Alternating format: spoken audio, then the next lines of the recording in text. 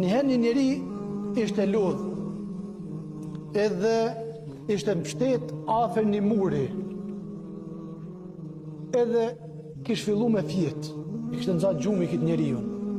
Po shkon iblisi, po e ka për dorë, po i thot çu, se edhe pak ku edhe ky muri ka murdzu, e ty ka me të myt, ik me këtuhet.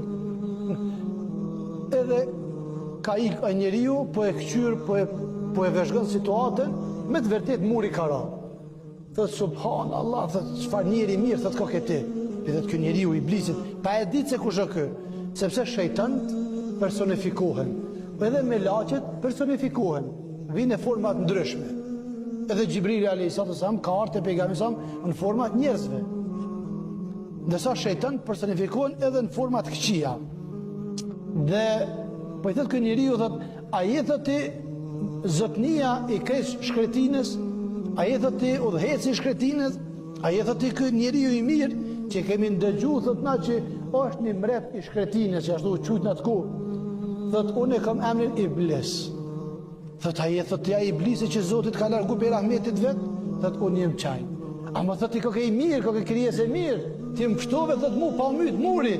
Thot jo nuk pshtova pa të myt muri. Po me të pas myt muri ishe shku shehet, e nuk dashta me të la me shku shehet. Subhanallah.